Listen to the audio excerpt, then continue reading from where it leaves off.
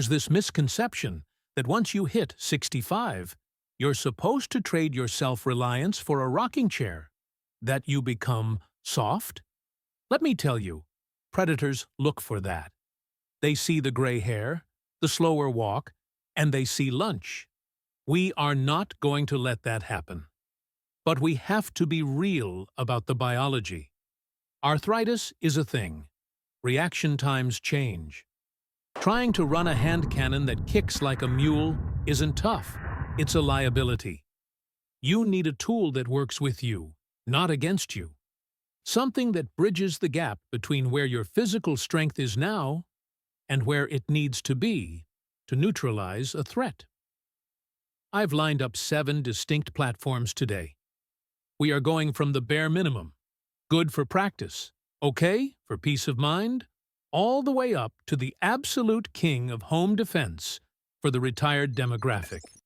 We're ranking these strictly on shootability, manual of arms, and stopping power. Let's get into it. We kick this off at number 7 with the controversially small .22 long rifle semi-automatic. Think of this as the reliable Honda Civic of the gun world. It gets you from point A to point B, but you aren't winning any drag races. A lot of trainers will scream that this isn't enough stopping power. And they aren't technically wrong. But here is the reality for someone with severe arthritis or hand strength issues.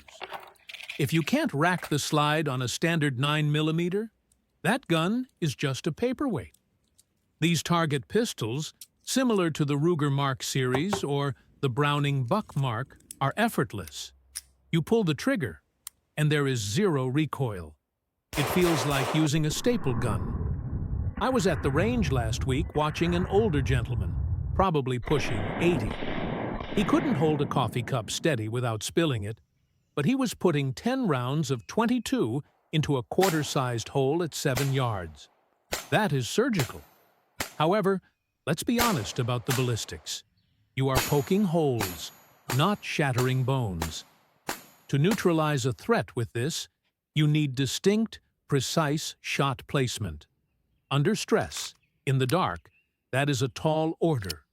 It sits at number 7 because it is better than a sharp stick, but it leaves zero margin for error. Moving up to number 6, we have the specialized Easy Rack .380 ACP. Think of this like finally getting power steering on an old truck that used to take all your muscle to turn. For decades, the industry ignored people with weaker grip strength. The standard advice was just, get a revolver.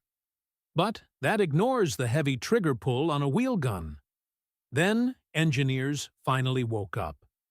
They redesigned the internal hammer geometry and lightened the recoil springs specifically for this demographic.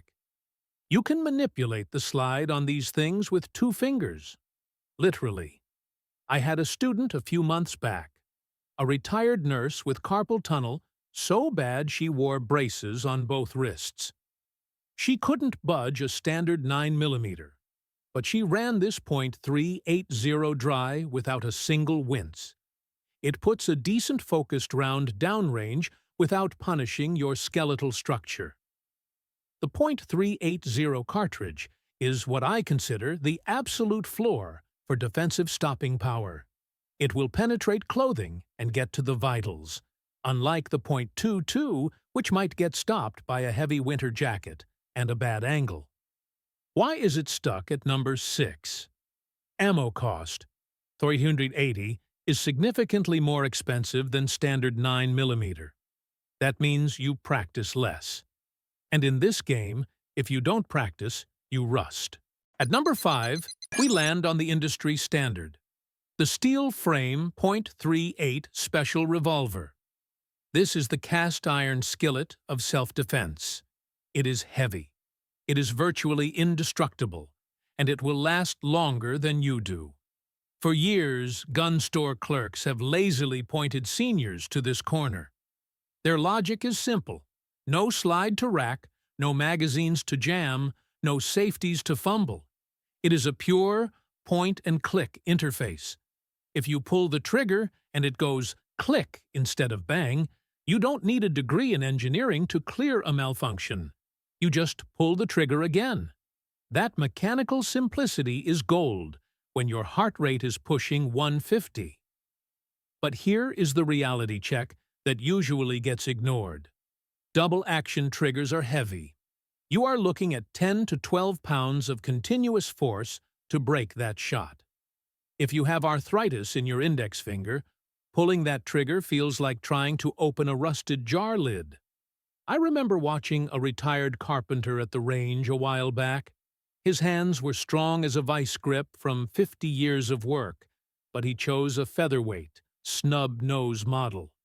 The recoil on that light gun was so snappy, it bruised the web of his hand after just 2 cylinders. Physics is undefeated. Mass eats recoil. If you go this route, you have to get the heavy steel version with a 3 or 4-inch barrel to tame the snap.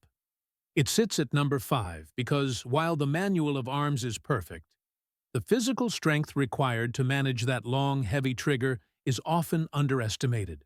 Number 4 is the full-size polymer 9mm. If the revolver is the cast-iron skillet, this is the power drill. It is the modern, utilitarian standard. We aren't talking about the tiny, concealable subcompacts that fit in a pocket. Those things snap like a firecracker in your hand. We are talking about the big boys, the duty-sized frames. Think Glock 17, Smith & Wesson M&P, or SIG P320. Because they are made of polymer, they are light enough to hold up for a long time without fatigue. But the slide and barrel have enough mass to soak up the recoil energy. Physics is your friend here. A full grip means you have more surface area to clamp down on. The recoil impulse isn't a sharp slap. It's more of a dull push. I see this mistake constantly at the gun counter. A senior walks in, wants a gun for the nightstand, and the clerk tries to sell them something tiny because it looks manageable. That is a trap. I took a retired school teacher out to the range last month. She brought this tiny pink subcompact her son bought her. She hated it. It hurt to shoot, so she flinched every time. I handed her my full-size duty pistol. Her group size went from a basketball to a baseball instantly. She smiled for the first time that day. With a full-size 9mm, you have 17 rounds on tap. That is 3 times the capacity of the revolver we just talked about. If you wake up at 2 a.m., groggy and without your glasses, having more chances to stop the threat matters. However, it stalls at number 4 for one reason: the slide spring. While lighter than the old days, racking a fresh round into the chamber on a duty gun still requires a push-pull technique that demands some upper body mechanics. If your shoulders are bad, this platform fights you. Breaking into the top 3, we have the 9mm pistol caliber carbine, or PCC. This is essentially the cheat code of home defense. If trying to aim a handgun with shaky hands feels like trying to thread a needle on a roller coaster, picking up a PCC feels like putting the game on easy mode. The problem with pistols, even the full-sized ones we just talked about, is that they float in space. They rely entirely on your wrist and grip strength to control the muzzle flip. A carbine solves that with basic geometry. You have a stock that digs into your shoulder. You have a handguard for your support hand. That gives you 3 points of contact instead of just 1. It locks the weapon to your body mechanics. I had a gentleman out at the farm a few weeks ago. He had a slight tremor in his hands, likely early Parkinson's. With a handgun at 7 yards, he was lucky to hit the silhouette. It was frustrating him. You could see the defeat in his eyes. I handed him a Ruger PC carbine. Because the weight of the gun is distributed across his body and not just his wrists, the tremor dampened out. He started ringing the steel gong at 25 yards. Ding! Ding! Ding! The recoil of a 9mm round coming out of a 6-pound rifle is practically non-existent. It's a gentle vibration. Plus, you get a longer barrel, which means that same bullet is moving faster and hitting harder than it would from a pistol. So why isn't it number 1? Length. Navigating a tight hallway or a door frame with a 16-inch barrel takes some spatial awareness. If you aren't careful, you can snag the barrel on a door jamb in the dark. But for pure shootability, it's in a different league. We are down to the runner-up, the semi-automatic 20-gauge shotgun. If the 9mm carbine is a surgical instrument, this is a sledgehammer wrapped in velvet. There is a pervasive myth in the gun world that you need a 12-gauge to defend your home. That is absolute nonsense. For a senior citizen, a 12-gauge pump action is brutal. The recoil punishes your rotator cuff, and the act of pumping the action requires a violent, physical motion that can easily fail if you short-shuck it under stress. Enter the gas-operated 20-gauge. Because it uses the gas from the shell to cycle the action, it eats up a massive amount of that recoil energy before it ever hits your shoulder. You are getting about 85% of the raw stopping power of a 12-gauge, but with half the punishment. I call this the one-and-done solution. With a handgun, you are poking holes and waiting for blood pressure to drop. With a load of number 4 buckshot from a 20-gauge, you are delivering multiple wound channels simultaneously. You don't need to be a marksman. You just need to be in the right zip code. I remember helping a retired lineman set up his home defense plan. He had had shoulder surgery on his dominant side. He couldn't handle the kick of his old hunting shotgun anymore. We switched him to a semi-auto 20-gauge. He fired it, lowered the barrel, and looked at me confused. He asked, "Did it cycle?" It was that smooth. But we have to do a reality check on the logistics. Shotguns are long. They are heavy. And reloading them is a nightmare if your fingers are stiff. You have 5, maybe 6 shots in the tube. If you can't solve the problem with that, you are in a very bad situation because shoving fresh shells into that loading gate takes fine motor skills that evaporate when adrenaline hits. It sits at number 2 because it offers the most raw power you can physically handle. But once it runs dry, the fight is essentially over. And here we are at number 1. The platform that doesn't just compromise, it solves the equation entirely. The dedicated Easy Rack 9mm. I am talking specifically about engineering marvels like the Smith & Wesson M and P9 Shield EZ. For a century, gun designers built pistols for 20-year-old soldiers. If you couldn't rack the slide, they told you to hit the gym. This platform is the industry finally admitting it was wrong. It combines the stopping power of our number 4 pick with the effortless manipulation of our number 6 pick. It is the Goldilocks zone. The internal hammer design means the slide offers virtually zero resistance. You can rack this thing by catching the rear sight on your belt, or even just using a loose 2-finger grip. But the genius is in the magazines.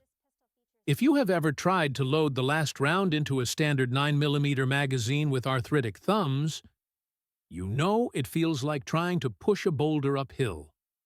These magazines have load assist tabs on the side.